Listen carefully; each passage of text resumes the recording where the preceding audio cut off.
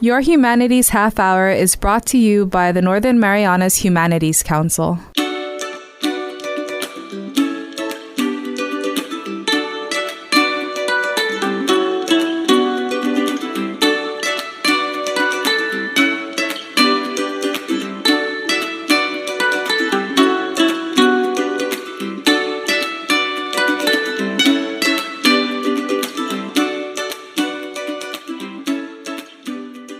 Hapaday Zantiro, welcome to Your Humanities Half Hour. I'm Catherine Perry, and we are celebrating CNMI Humanities Month here in October, and it's my pleasure to have representatives of the Northern Marianas Humanities Council, who sponsors this show every week, here with us today. And in this half of the show, we're chatting with Executive Director Leo Pangelinan. Leo, hapaday, good morning.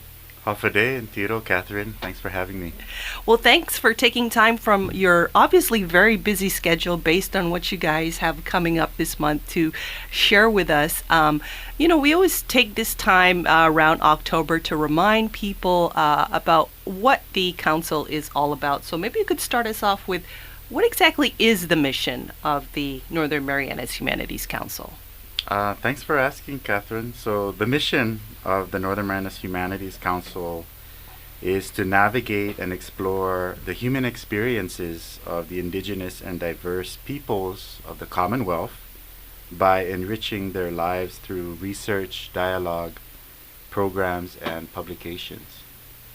Now that sounds pretty extensive, and I think people would be surprised by how many people you have on staff trying to accomplish that. But the question we always get is, okay, Leo, what are the humanities? What are we really talking about here? What kind of subjects? Yeah, so that's, I'm glad you asked that also, because the humanities is not an easy word to define or describe. And it's largely an academic word. It's a concept, right? And in academia or in schools and colleges, it's known as the study of a number of subjects, which include languages, literature, philosophy, ethics, jurisprudence, cultural, religion, anthropology, religion. As we said, it's hard to do. Yeah. And also journalism, to some extent. Yeah. And we've been trying to explore that locally in terms of some of our up-and-coming scholars in the field, you included. But there's also the arts, and this is where it gets confusing because we have an arts council and we have a humanities council here in the Commonwealth. So the distinction really that I try to make with community members is with the humanities encompasses the arts, but we're not, we don't engage in the production of art. We engage in the interpretation and critique of art. Okay, so I learned something. Yeah. Okay. So it's more of the, so why? So, how was this made? Why? What does it mean to humans? Why did the artist decide to do, this piece this way? Yeah, so, yeah. Interesting. Okay. There's more of this line of inquiry when it comes to art, and that's really, so the humanities covers that aspect of the arts. That kind of leads me to the thought that one of the things I know the council really strives to do is to facilitate dialogue. You don't really take a position on things or advocate certain positions. So how do you go about doing that, even trying to bring together people who disagree on things? It's difficult. It's we really have to be strategic and tactful when we do decide to touch on sensitive, controversial issues, but nonetheless issues that we feel strongly need to be talked about and brought to the surface. I think we're able to do it because we go back and we derive our strength from one of our core values is to be this neutral broker in our community, so that people can see us as a trusted source, a trusted facilitator, to not and trust that we won't take sides or take a position on an issue, and be fair when bringing groups together to talk about an issue. Having said that, it's kind of a slippery slope We try to do our best to stay in the middle and mediate, facilitate, moderate as best we can. A lot of what goes on to create these productive, constructive conversations or dialogue in our community is just creating the right space, finding the right leaders to bring to the table who are level-headed so that their protected speech, whatever they bring to the table, can help with the setting the tone for others who may be on opposite ends of the extremes of an issue. So it's kind of an art, it's not a science, right, to facilitating dialogue. And we recognize too that we're not necessarily experts in doing that. We just it's part of our mission. So we're going to try our best to do what we can and not take positions on issues. We can't because we're also federally funded and we're bound by some federal regulations governing the National Endowment for the Humanities. We can't advocate for public policy. We can bring people together and promote education around some policy issues that are occurring in our community, but we can't advocate or take position on that unless it's something that directly threatens our organization, right? Like funding. Like then funding. We can go up to the hill and Yeah. advocate for that. Yeah. I think it's something really needed in today's society is civil dialogue. It's an important year for the council, given that it's your 30th anniversary. But before we get into that, can you just paint a picture for us of the organizational structure of the people who are making this anniversary and the year after year programs of the council possible? Sure, and if I may, Catherine, I just want to go back to, how we came into existence. The Humanities Council, as you say, it's our 30th anniversary. So we were founded in 1991, but we're one of 56 state territorial humanities councils across our nation. And one of the reasons for our existence is the National Endowment for the Humanities, which is a federal agency established in 1965, which was a legislation that also created the endowment for the arts. So that's sort of why we have these councils in our community, the Arts Council and the Humanities Councils. So we rely on their funding and guidance. We try to align our mission and our programming with what they have to offer as well. But we're also a nonprofit, so we get to shape our own agenda and future here locally, and we've been able to do that successfully, I think. So as a nonprofit here, we are a 13-member volunteer board. 3 of those members are appointed by the governor. The remainder members are elected by themselves. They're elected by the body itself. We have 4 staff, and we have people like you, Catherine, who help us direct projects as independent contractors. It really helps to be able to have that structure for us to be able to expand our programming quite often, because unlike your program, the vast majority of our programs are sort of experimental and one-off. If they work, we tend to continue those programs, such as the Your Humanities Half Hour, right? It's been around, I think we're in our 11th year, 12th year? 11th or 12th, yeah. 11th year, yeah. So, and this program itself is part of that promoting dialogue, right, in our community, bringing people together, and it brings different voices together on different topics, not just related to the humanities, but topics of importance to our community. What do we have planned for the 30th anniversary? So exciting that the council has gotten so much support from the community over the last 30 years. And I know the program officer, Andrew Roberto, is going to join us in the second half, and he's going to talk about a couple of the activities. But what, in general, are we looking forward to this month? Okay, yeah. So we always try to build up this calendar for Humanities Month, and it seems to get bigger every year, well, actually. Yeah. We really had to scale back this year because, as you know, we're still undergoing all these COVID restrictions.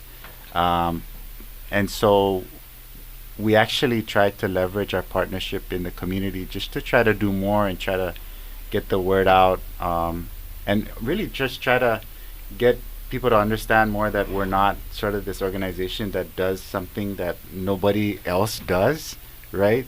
Other people study and engage in culture, in language, and these other areas of the humanities. So, Humanities Month. We have coordinated with the Carolinian Affairs Office, who's spearheading the TPO Inafamaulik Marianas celebration, which is an all-day event with multiple sponsors. The purpose of this event is to really celebrate and feature the Chamorro Carolinian heritage that we have here in our Commonwealth. And then on October 11th, this is a holiday in the CNMI. It's CNMI Cultural Day. We will be hosting the Valentine and Sengabao Poetry Competition. I believe this is our 17th annual showing of this program, and Andrew will come on to talk a little bit more in detail about our partnerships in the community for that. And then we are also partnering with the Office of the Mayor of Tinian and Aguigan. They are hosting for the third time now the Gineptin Haanin Taga Festival and Youth Summit on Tinian. The Youth Summit precedes the festival. It's this one-day event at the schools, and they typically bring in scholars to talk about the history. I think last year they brought in a scholar to talk about the genealogy of families on Tinian to help the community understand where their ancestors come from. That's so Yeah, cool. because there's this rich history of Tinian of different settlements, and so I got feedback that was very eye-opening, for the students, and important. And then the Taga Festival, what's planned are various cultural demonstrations by cultural practitioners. So I imagine they're putting together weaving, cooking demonstrations, music, and some other aspects of the culture. Our role in the Gineptin Haanin Taga Festival is to document the event. That's a big big thing that we do as well, Catherine, is try to document our lives, our experiences, what's happening in our society. So we decided to sign on to support them in that way, so that we can upload the presentations and demonstrations onto our YouTube channel and make that available to the public. And on again, demand. that's going to be October 11th, which is Monday, correct? For the Taga Festival, it's Yeah. October 21st to 23rd. Okay, sorry, correction. 21st to 23rd. That's not a holiday weekend, but It's it not. still sounds like a really great excuse to go to Tinian. Yes, Yeah. yes. And yeah, this is definitely something the Tinian community puts together for Saipan and Rhoda. They do, and of course Guam. But with the challenges of COVID, we may not see many individuals coming in from Guam. But yeah, in my experience, anytime there's a festival on Tinian and Rhoda, they reach out in a big way to Saipan residents to get them to come. So, All right. and then finally, we're going to wrap up the month with our 30th anniversary celebration, which will have the Governor's Humanities Awards as a component to that. So this year, we decided as our 30th, to bring together our partners and our donors, and maybe even some potential donors, to have this experience in an evening with us, where we're able to showcase aspects of the humanities, and also just to thank them for their support for these past 3 decades. And so this is happening at the Saipan World Resort on October 29th. It's a sit-down fine dining type of an event. And I can imagine that this year, due to COVID-19, it might not be as big as in the past, though. we can't make it as big as we would like to. Yeah, very limited. I'm sure a lot of people would like to come, but yeah, given the reality of the situation now, Right. I mean, it's great that we're even able to actually have this celebration together. Yeah, we struggled with whether or not to have something like this, and ultimately, the majority of us decided, we felt this is something we needed to do for ourselves, but also for the community and our partners, because it has been a long struggle through this public health, crisis that we've been through, and we need events like this to remind us why it's important to keep going. Yeah. Well, that's really a lot, and I know Andrew's going to give some details on some of the events you have mentioned. If people would like more information, where should they go? They should go to our website. Our website is nmhcouncil.org. We also have a Facebook page and an Instagram page, and I believe the handle there is at 670 Humanities. You can also call us 235-4785. Send us an email, info@nmhcouncil.org, or call Catherine Perry at Your Humanities Half Hour. But Catherine, the other thing that we put on our calendar for the month, of course, are your weekly shows on Sundays, and I do want to encourage the community to continue to tune in at 11:30. We'll continue to have shows every Sunday through the month of October in celebration of Humanities Month. All right. Any final thoughts before you go? Just thank the community for sticking with us, supporting us in different ways over the past 30 years. We are working hard, and we're looking for ways to expand our programming. If you have ideas, we have this community grant program where we try to support people with their own ideas for how to have humanities projects that would be meaningful in our community. Check us out. We have funding for that in the form of grants. We've been chatting with Leo Pangelinan. He's the Executive Director of the Northern Marianas Humanities Council. Thanks, Leo. And Thank you, happy Kathy. Humanities Month. Viva Humanities. Viva. Thank you. We'll be back after this break. Did you know that the Northern Marianas Humanities Council is celebrating its 30th anniversary this year? Si Auntie Chayla Nesti. We eat healthy fruits and vegetables for a healthy body, no? Well, the humanities are like healthy food for our soul. Goffmani, Ed Hitler. Adahi, don't forget your daily dose of the humanities this year. Go to their Facebook or their website in Northern Marianas Humanities Council. Atcha bebe. Welcome back to Your Humanities Half Hour. We're talking today about the Northern Marianas Humanities Council and CNMI Humanities Month. And joining us in this half of the show is relatively new program officer, Andrew Roberto. Andrew. Buenas. How's it going, Catherine? I'm good. How are you? I'm happy to be here. I wanted to ask, you joined the council just this year. What made you feel that this was an area you might be interested in working in? Oh, this sounds like my interview when I was hired. So, this is a very important field of study. You don't really think about how all of these things that we coordinate affect society, the individual, interactions, people, right? We take it for granted, especially because some of these disciplines like philosophy, sociology, they feel like they belong to just the college professors or just the kids who can afford to go to college, but that's not true. You have these discussions all the time, and you probably don't realize it, right? Because college professors tend to use $10 words that you need 3 dictionaries to understand, but actually people have conversations about philosophy, conversations about what constitutes the truth, conversations about what relationships are like, what how do the different cultures interact with each other. These are all the humanities, these and more. The executive director was on here talking about it's hard to describe. It is. It is kind of hard to describe. And at the same time, it's everyday life. Yes, yeah. Exactly. You know what I'm saying?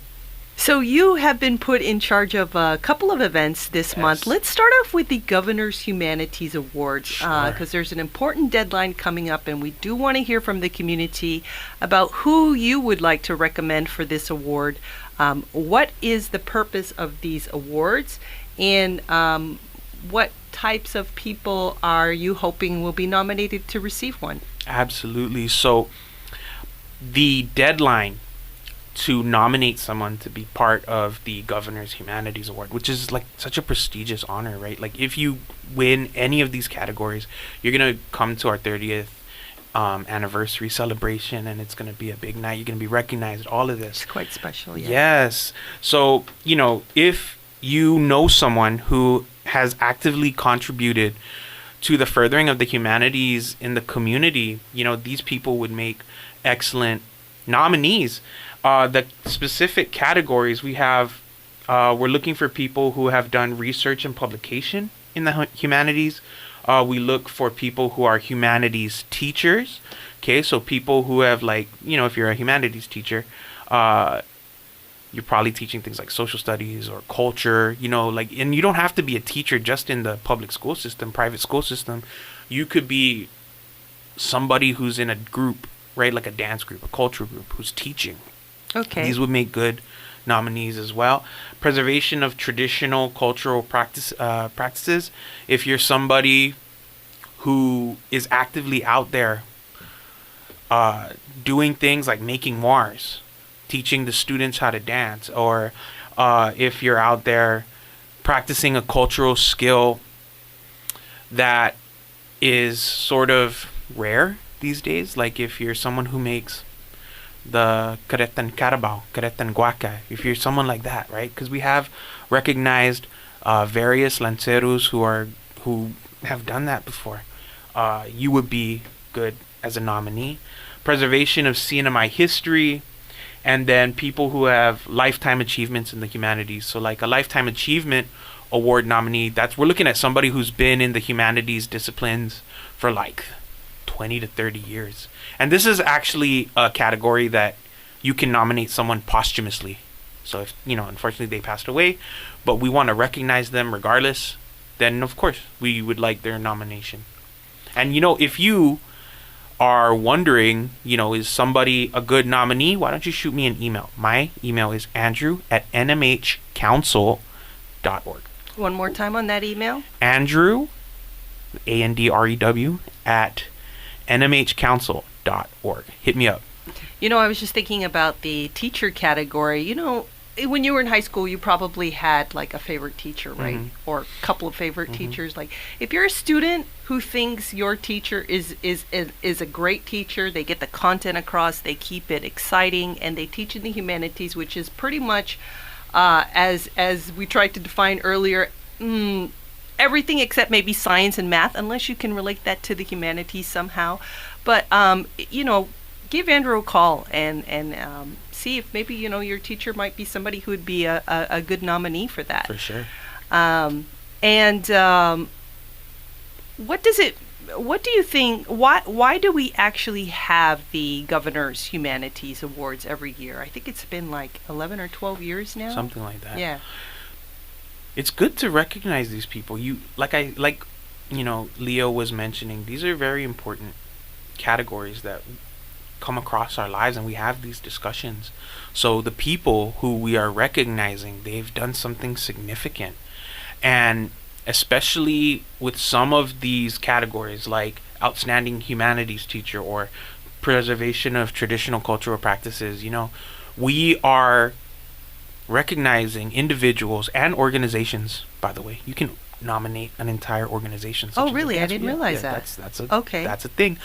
So in nominating and recognizing these people, you are recognizing their effort to bring it into the future, bring the culture into the future, bring the teachings into the future, to affect all these generations of human beings that are going to come and control the destiny of the Marianas. You know what I'm saying? Like, we can recognize these people today for the impact that they're going to have for tomorrow. That's a potential that we can do. Why not do it?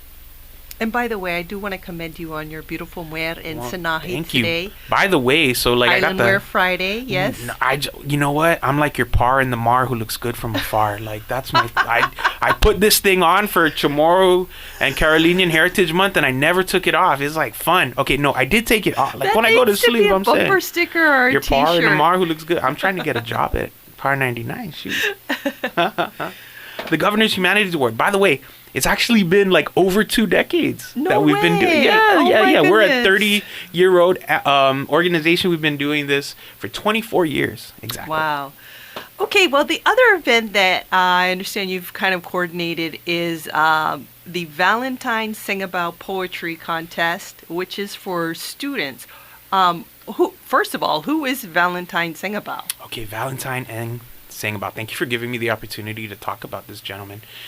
He was a poet of Palauan descent who called Saipan his home for like decades, right? He moved here during the Trust Territory administration, and he gets here. He's working in the central government at the time, okay, for the Trust Territory. He's doing something along those lines. And while he's here, he starts writing poetry that gets published in the local newspapers, one of them, right? Actually, both of them at the time.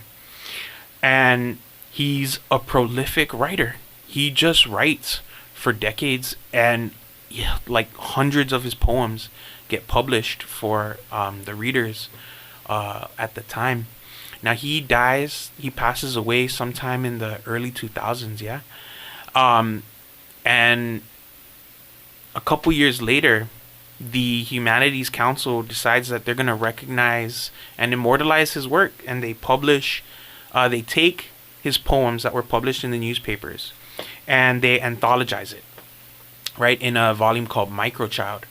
Now, later on in the same decade, the council decides to have a contest in his honor, right? After we publish Microchild, we have this poetry contest. And now the poetry contest that's coming up later on October 11th, there's going to be 2 categories, right? There's the junior division and the senior division. The junior division is for junior high students. Senior division is for high school students. Now, the junior high kids are going to be reciting poems straight from his anthology, while the high school students, they've written their content, their poems, and those poems are currently being judged. And there's usually a theme, correct? So his work focused on like culture, identity, and change. So that's what we are focusing on in the competition. We asked the senior high school students, can they write poetry about culture, identity, change? And then in the same vein, the junior high students have to talk about those kinds of things. They have to select poetry that reflects culture, identity, and change. And you know, the compositions they come up with and present are really extraordinary. We have some great talent here in the Marianas, and I would encourage everybody, if you're looking for something to do that's October 11th. Correct. Time That's and a place holiday. for that. That's going to be over at the Marianas High School cafeteria. Okay. Right now, I'm COVID restricted. Right, I have 100. I can allow 100 people in. Okay. With COVID restriction, we'll see about. Will it be on Facebook? Because I know in the Yes, past for sure. you've done We're that. gonna Great. live stream it, right? I want obviously the families of these kids to be here, and the principals and their coaches. Like, I want to make a shout out to the English teachers who have coordinated at the public and private high schools. They've been very supportive, and you know, typical teachers, they want their kids to excel, right? So they're gonna work with me, and I'm happy to say that the public and private English teachers are doing their job. They're good. Well, Andrew, thank you so much for what you've shared today and for joining the council. You really bring, I would say, a shot of enthusiasm to everything that the council is doing. Anything you'd like to add before you go?